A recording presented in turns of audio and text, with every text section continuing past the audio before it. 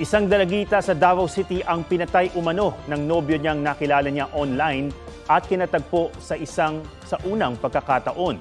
Duguan ang ulo ng makita ng mga pulis ang katawan ng 14 na taong gulang na biktima. Ayon sa mga pulis, nagkakilala sa chat ang dalagita at ang suspect. Naging nagkarelasyon daw sila online pero nang magkita, iba raw ang itsura ng suspect sa profile picture. Naaresto ang 20 anyos na suspect pero anya, self-defense daw ang kanyang ginawa. Sinaktan daw siya ng biktima kaya lumaban daw siya. Sinampahan ng reklamong murder ang suspect na humingi ng tawad. Isa sa ilalim sa pagsusuri ang katawan ng biktima para matukoy kung ginahasa siya.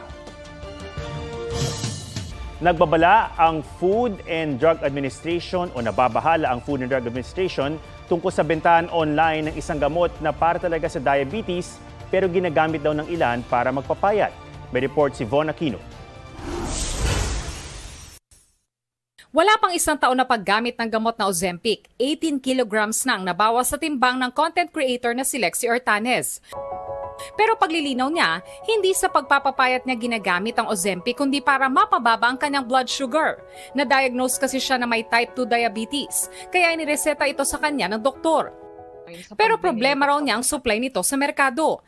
Well, right now, sobrang hirap to actually get Ozempic kahit like may prescription na and everything else. Yung stocks kasi, as in paubusan siya. Nangangamba na raw si Lexie dahil kailangan na raw niya na magturok sa susunod na linggo pero wala pa siyang mabili. Ayon sa Food and Drug Administration, aprobado nila ang Ozempic para sa mga may type 2 diabetes at hindi bilang weight loss treatment. Ikinababahala raw nila na ibinebenta ito online nang walang reseta. Iniimbestigahan na raw nila ito at humingi na raw sila ng tulong sa NBI at CIDG.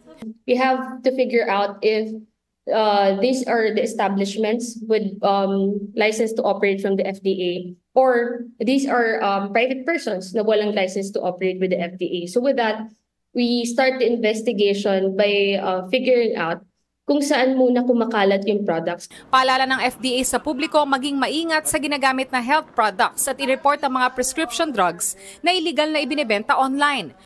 Babala naman ng doktor ang paggamit ng Ozempic kahit normal ang iyong blood sugar ay mapanganib sa kalusugan.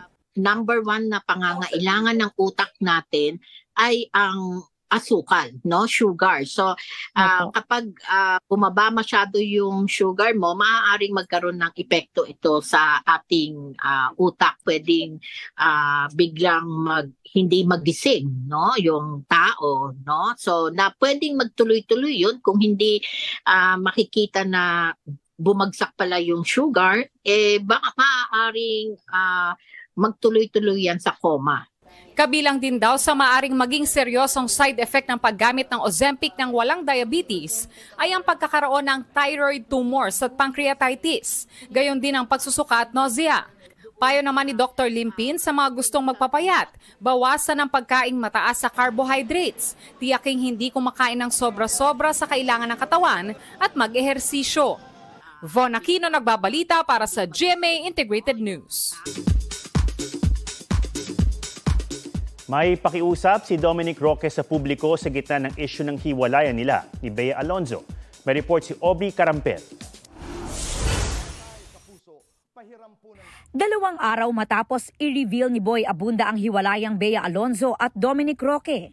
Nag-repost si Dominic ng Facebook reel ng sweet moments nila ni Bea noong October 2022 na birthday greeting niya kay Bea. Ang caption ng post, Bea is a beautiful person inside and out. Pakiusap din niya, tigilan na ang hate, negativity at pambabash. Inaantabayanan pa rin ang official statement nila Bea at Dominic. Co-star ni Bea sa Widow's War si Carla Abellana. Hindi ako yung someone na parang itatanong yon or kukulitin siya or mag-fish ako. Hindi naman. You know, of course, I pray for her. I only wish she's okay.